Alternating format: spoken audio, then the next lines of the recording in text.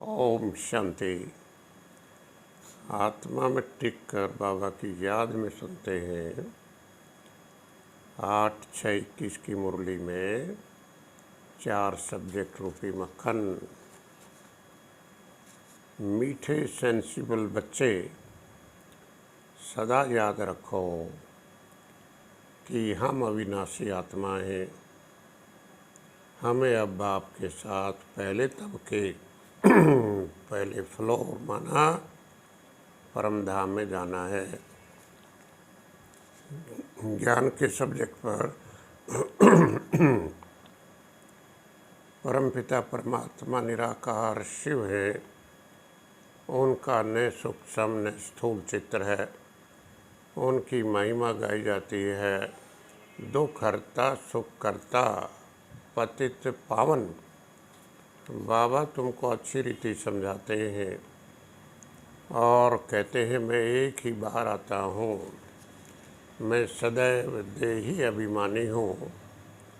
मैं पुनर्जन्म में नहीं आता, इसलिए मेरी महिमा ही न्यारी है।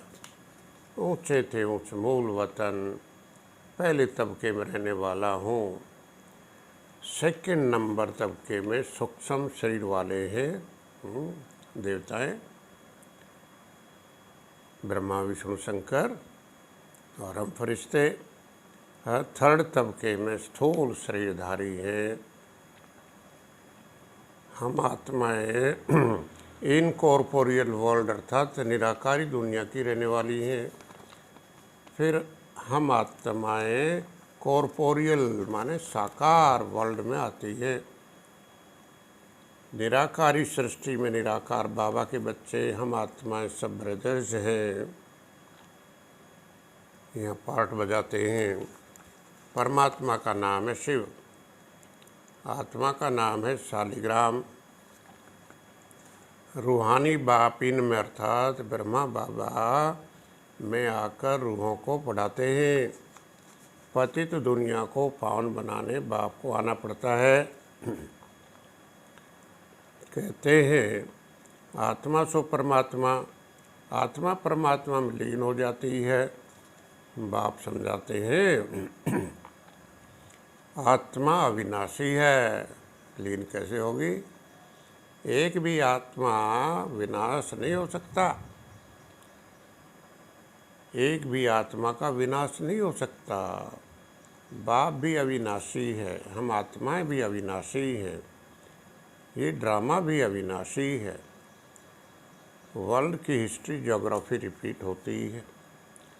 इन चारों युगों में हमारा पाठ चलता है। हम सूर्यवंशी फिर चंद्रवंशी बनते हैं। देवी देवता संपूर्ण निर्विकारी 16 कला संपूर्ण को कहा जाता है। 14 कला वाले चंद्रवंशी सेकंड ग्रेड में आ जाते हैं। उन्हें देवी देवता नहीं कह सकते, ध्यान करने की बात है। त्रेता में चंद्रवंशी उनको देवी देवता नहीं कह सकते। तुम जानते हो हर एक चीज़ पहले सतो प्रधान फिर सतो रजो तमो बनती है। अब योग के सब्जेक्ट पर एक परमात्मा को ही सब याद करते हैं। हे पतित पावनाओ, क्या करो आकर हमें पावन बनाओ, इस दुख से छुड़ाओ। वही बड़े थे बड़ा कौन है? सर्जन है। उसमें ही पतितों को पावन बनाने का ज्ञान है। सभी आत्माएं उनको याद करती हैं। सतयुग त्रेता में कोई याद नहीं करते। पतित दुनिया में सभी दुखी हैं, इसलिए उनको सब याद करते हैं। धारणा के सब्जेक्ट पर अभी से ही बाप की श्रीमत पर ऐसे श्रेष्ठ कर्म करने हैं जो फिर कभी कर्म कूटने न पड़े। कर्म करते हुए बंधन दुखी न हो, अर्थात कर्मों की सजाएं न खानी पड़े। किसी भी विनाशी चीज़ का नशा नहीं रखना है। यह देह भी विनाशी है, इसका भी नशा नहीं रखना है। सेंसिबल बनना है, समझदार बनना है। परमात्म ज्ञान को अंदर ही अंदर मनन कर हजम करना है, जिससे शक्ति मिलेगी। वरदान दिया बाबा ने, फरमान की पालना। बाबा जो फरमान देते हैं फरमान की पालना द्वारा सर्व अरमानों को ख़त्म करने वाले माया प्रूफ भाव। डिटेल है, अमृत वेले से लेकर रात तक दिनचर्या में जो भी फरमान मिले हुए हैं, उसी फरमान अपनी वृत्ति, दृष्टि, संकल्प, स्मृति और संबंध को चेक करो। फिर सुने, जो भी दिनचर्या में फरमान मिलते हैं, उसी फरमान अपनी वृत्ति, दृष्टि, संकल्प, स्मृति और संबंध को चेक करो। इससे माया प्रूफ सत्य बन जाएंगे।